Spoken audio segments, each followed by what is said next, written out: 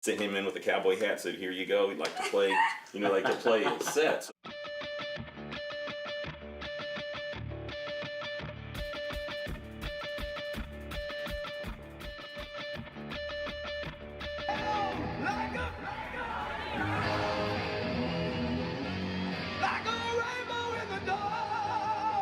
I'm going to shake your hand formally because I've been in rooms with you, but I haven't been able to have an awesome conversation with you.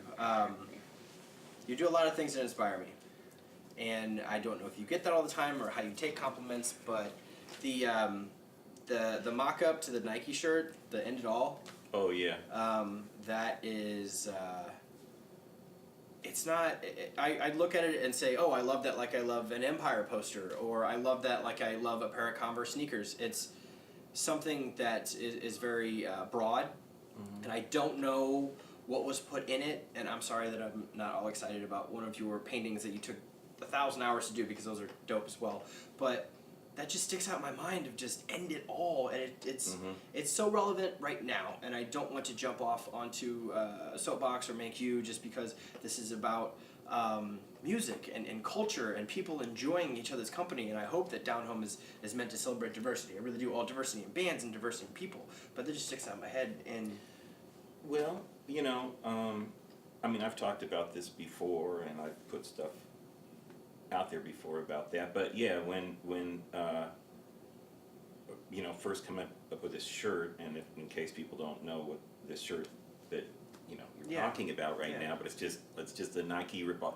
Okay, I guess I should go back here. Okay, we were on toured with this band called the Vandals, which some people will know, some people may not, but they're I mean, when we first found out we were going to tour with this band, I was fired up. They were like one of my favorite punk bands from Southern California. So, but they really had a lot of different shirts that they would like just rip off large corporations, kind of. So they had like the, and some people may have seen these shirts, but this one particular shirt, it was a Pepsi ripoff, so it's got the Pepsi logo, but it says penis. You've got the right one, baby. So they were, and they had a bunch of these shirts. Now you got to remember also, this is 1994, 5, 6. Okay, so it was back then. So you got the right one, baby. Well, anyhow, but they had these shirts, and so we were like, oh man, we should, we kind of started thinking about doing stuff like that, and so we did the,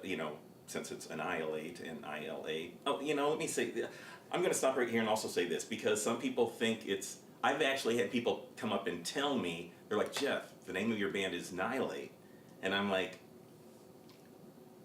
it's Annihilate. And they're like, no, Jeff, it's NIL8. It's got to be NIL8, and I'm like, it's NIL8. It's just say the NIL and then 8. It's not Annihilate. There'd be an E in there. NILE8.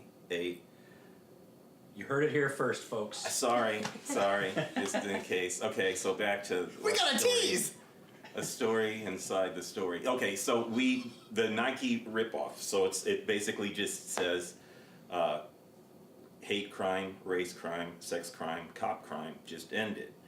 And we did that because that was like Just Do It was kind of just, it was sort of big back as this the early 90s when that, or mid 90s, I guess, when we first came up with that, or that I came up with that.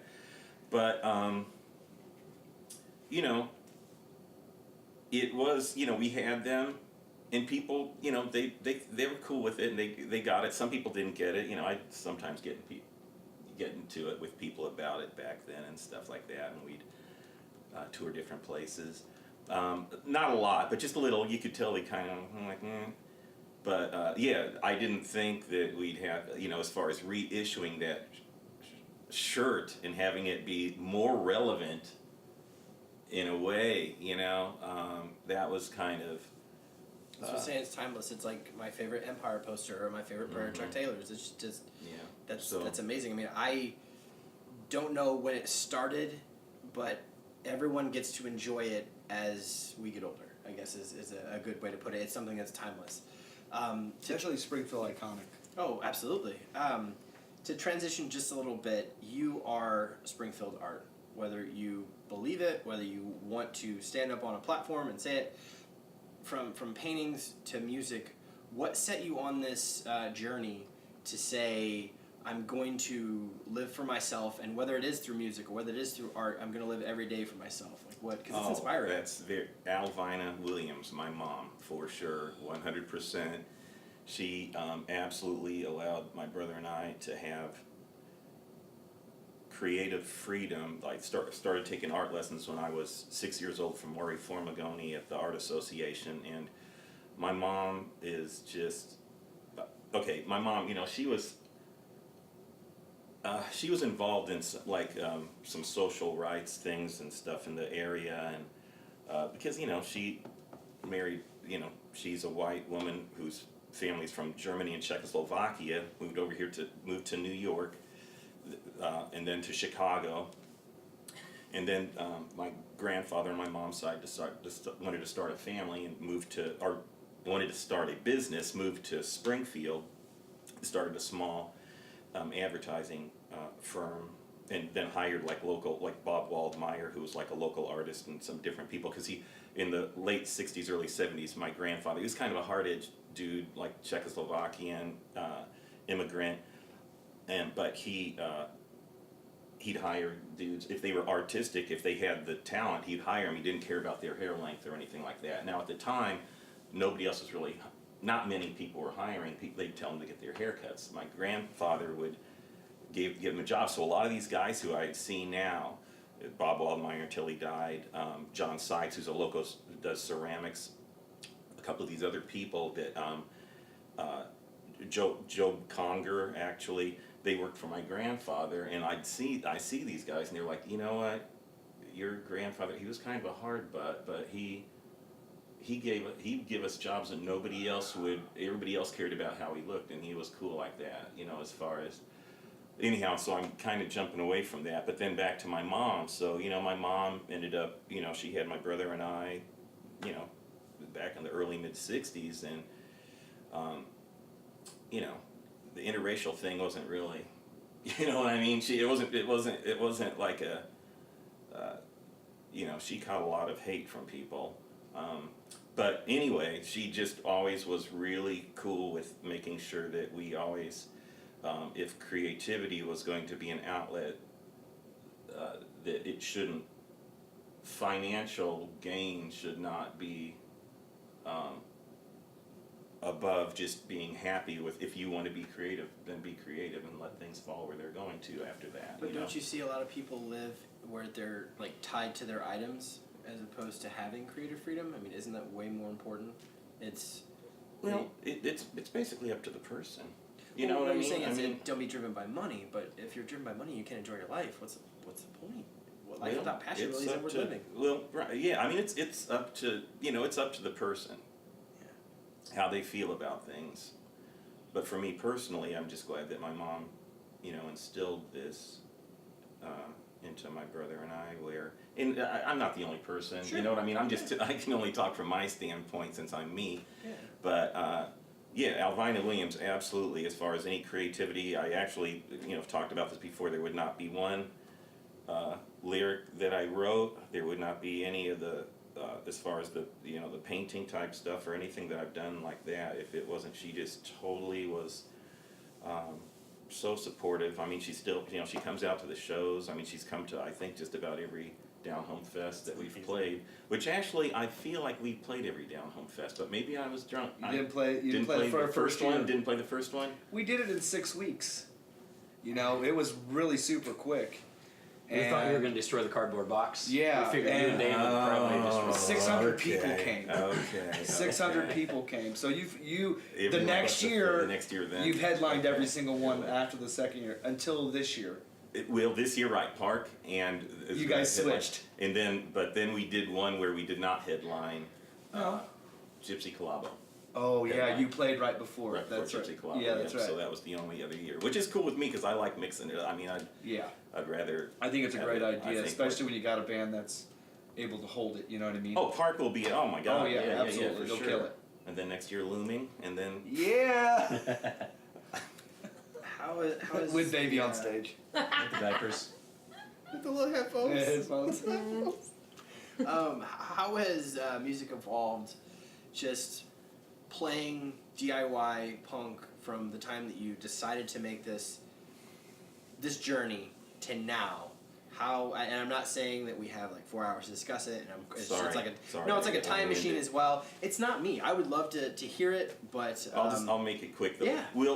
When we first started, when I started writing songs and just writing quick, fast songs, my brother and I and maybe about 7 other people in Springfield area listened to, and everybody else just was like, God, what is that? Just hated what we were like doing and what we were listening to. But we just wanted to do what we felt was like raw energy versus kind of what was going on at the time, like the Ozzy Osbournes and stuff like that. At the time, it was just we wanted to. I couldn't even play like that. I didn't even want to try, but just this raw take on it. Wanted to kind of go that direction. So started writing, listen to punk rock. Started playing a bunch of punk, writing punk rock songs and lyrics and trying to have a little bit of a social or a political sometimes and socially aware feel of things. Sometimes stray away from that, but anyhow, every other they were like, "Why are you wasting your time working on your own? You're never going to get a show. You're never going to get a show in here." And we were like, "Well, it's okay if we don't. We'll play in our basement or whatever. We'll just do shows with a couple of other friends of ours." And we got booed. I got power cut on us on playing it. Try to play like a Battle of the Bands thing here, and we were the only band that was sort of like us. I was probably I was 19, 20. They shut the power off. It was Bowers Opera House. We had to give them a tape, but we took a cassette and scrubbed off. It was like some country, like Joe Diffie or something like that. Just scrubbed the stuff off and handed it to him instead. Because I wasn't the original lead singer. Terry Wilson was. So sent him in with a cowboy hat. Said, "Here you go. We'd like to play. Play a set." So we go in between. There was a band called Magnum Force, which was like a funk band, like a 12-piece like the Commodores, something like that. So they were playing. These other bands were playing like blues jazz bands. We got up there and played, and immediately the dude who ran the club was like this. This woman stood up with a drink and a cigarette because he could smoke and drink. Just starts plugging her ears like boo. They were all like booing us. They cut the power off on us, and we had to parade all of our stuff out a gauntlet of these people just stand there just clapping as we got because we got kicked off at Bowers Opera House. It was, but I was like, I want to keep doing that. You know what I mean? I was like, I want to keep doing that because I don't think those people are gonna. I was like, So anyhow, sorry. No, don't be So sorry. we started to go out and try to play. And fortunately, another thing that happened was there was a tour coming through Springfield called Rock Against Reagan, and a band called MDC, Millions of Dead Cops, were playing. And so the opening band was a band called the Crucifix, and we just some dude who was out at the university back when it was Sangamon State before his UIS, I believe, and he asked if we wanted to jump on this show, and I was a nervous wreck. I couldn't believe it because I was playing with these bands that, in my mind, were bands that I listened to that were just this. I couldn't believe it. Now, let me tell you, there was a police presence, as you can imagine, since there was, a band called Millions of Dead Cops that was there, and but anyhow, I was like, I didn't care what anybody thought in this area at the time, so we just would start playing, try to play shows in Champaign or university towns in Chicago some, and come back to Springfield, and we couldn't get shows, or there'd be like maybe 5 people would come to watch us, maybe 15, but then over time all of a sudden it just times changed and things changed where all of a sudden it was like, whoa, this is starting to take off, and so then a couple of us lost our jobs at the same time. After 2 of us graduated from Illinois State at the same time, our guitar player graduated from U of I. We didn't have jobs for a minute, and we were like, well, let's see if we can set up a tour for a week. And then that turned from 1993 to 1998, where we were basically That is awesome. just doing shows. We didn't have any other jobs, so we just would got a booking agent and would go out with like, you know, the Vandals or the Blue Meanies, or, you know, play shows with Smashing Pumpkins or Faith No More or whatever it happened to be at the time, you know, bands that were like touring at the time and stuff like that. And it's just, it was kind of crazy, like the different connections of, like Sandra Bullock, you know, come to see us play and stuff. You know, it's just weird things where it's like, or you're hanging out with bands, whatever happened, like 311 or something like that, and it's just like, hey, what's going on? You know, it's weird to think now about it, because at the time it was just like things would happen. As there's lots of stuff to cover, a long runway, but I wonder if you feel right now the person-to-person connection is the same, and can you accomplish the same things with the interconnectability that we have with the social networks now? So as you said, you were mingling with all these people, you know, you played with this band, played with that band, celebrities liked you. Do you feel at this point it's easier to go out and accomplish your goal since we just have direct contact in our pocket? Or do you feel that it's actually harder now for you to set up that type of network? You mean for me personally, or for No, just no, about, you mean so for say overall, there's right. a 19-year-old version of you that can only play in front of 5 people, and no one cares about their. I mean, there is a market for it. There is people that are passionate about this one form of art. Do you think it's easier now to reach out with social networking, or do you think that it's still an uphill battle? I think it's easier, but that's not to say that it's easier. Like I'm not saying, oh, it's just easy to have a not at all. You know, not for at all. a band to be. No, not at all. Any band has to still put in the same work. I mean, Jess knows for sure, you know, as far as getting out and setting up tours and making sure you get from place to place and sleeping on floors, something, you know, or whatever it happens to be, you know what I mean, to get through on this. And especially, I'll tell you what, in a way it's kind of harder because the gas prices were not what they are right now. And I know that sounds like a very literal one thing to do, but the tours that we did in touring like all of North America for all that time, if the gas prices were what they are now, there is no possible way we could have done that without at times losing money. Wow. You know, and that's my guess. I mean, awesome. I don't know. I mean, I actually Jess probably can attest to it more than I can right now as far as no, that's amazing. But you know, it can be. Awesome. That's one thing to me where it's like, okay, sorry, social media. So no, you went everywhere that you needed to go. You do not need to run any further. My thought is the hustle is important. No matter what you believe in, it's the hustle. And I was interested just as a fan, as a person, of the answer, well, you're always going to have, I had this difficult, you have this easy, and I needed to ask that question myself of, no, you still have to be great, you still have to hustle, but you took it in a completely different direction, and that's amazing, because I didn't know that gas was such a, I guess, inflated so much now. I know this isn't an economics show, and I'm not trying to, I do not dabble in economics, but that's an even a better direction than I even thought of. Oh, so there's no, for sure, because, you know. So ballpark, toured North America, $3,000, $5,000. What would you say?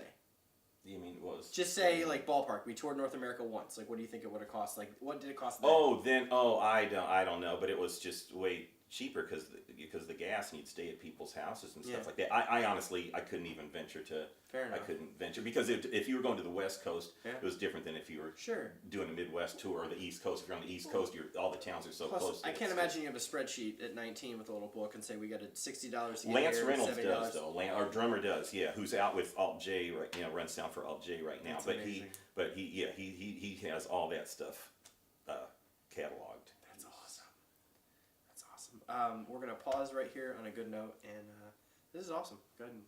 I wanted to say my high and low of Downhome Fest. Then we can do that. That's fine. Absolutely. I just geeked out on everything that you were talking about. Still history rolling? and you're fine. We can just go from there. Okay, so the high is like if we're playing a song and all of a sudden we decide to kind of break it down and ask if somebody wants to come up on the stage. And last year, a bunch of these little kids, they wanted to come running up, and they came flying up with a head full of steam. And they were so fired up, and you could see their parents, like slow motion in the background. The parents like, oh my God, this is it. They're going, the kids come running up on the stage, come running around, and then they get up there, and then you can tell they're ready. I mean, they're ready to go. and then they look out at the crowd. And they see, you know what I mean? I think it's way more than they expect. Yes. And last year, these kids froze up. I mean, they just stood there like, all of them. And we're sitting there trying to go crazy, you know what I mean? And these kids are just like, just looking. And you see they're, come on. You know, like their parents are like, come on, do something. Did you pull a dead arm? Like one of the kids just like... No, I was trying. I was like, go ahead, go ahead. I was like pushing them towards the mic if they wanted to say, and it was just like, no, totally. They were like, that was pretty. I thought it was awesome. I mean, it was really cool because they got off and they still had a good time. You know what I mean? They still had a good time, but it was just funny when they just stopped. You could tell there's like they had ideas. You know what I mean? They had ideas and they got up there, and all of a sudden it's like, oh, that's a lot of people out there.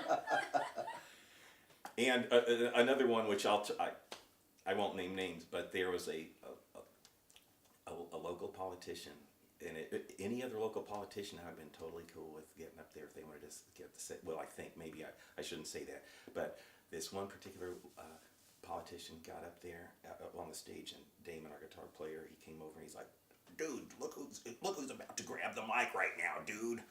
And I said, and I was tuning my guitar, and I look over at Bruce, and Bruce is just standing there like all wide-eyed, standing there with his bass, and I look at the mic, or I look up towards the mic, and it's one particular politician who kind of has some unseemly things, maybe, I don't know, but he's standing there, and I just go, I gotta find Josh. I go, where's Josh? And I go flying off the stage. I go, Josh, I go flying. I was like, where's Josh? And everybody's just saying, I think he's there. And we're supposed to be starting right then.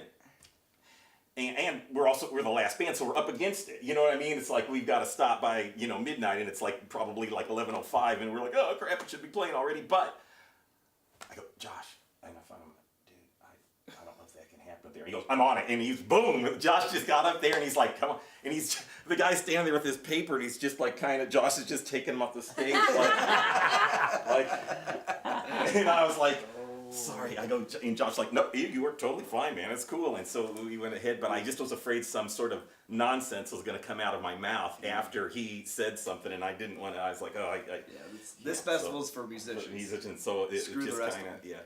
yeah. But anyhow, that was end scene. Sorry.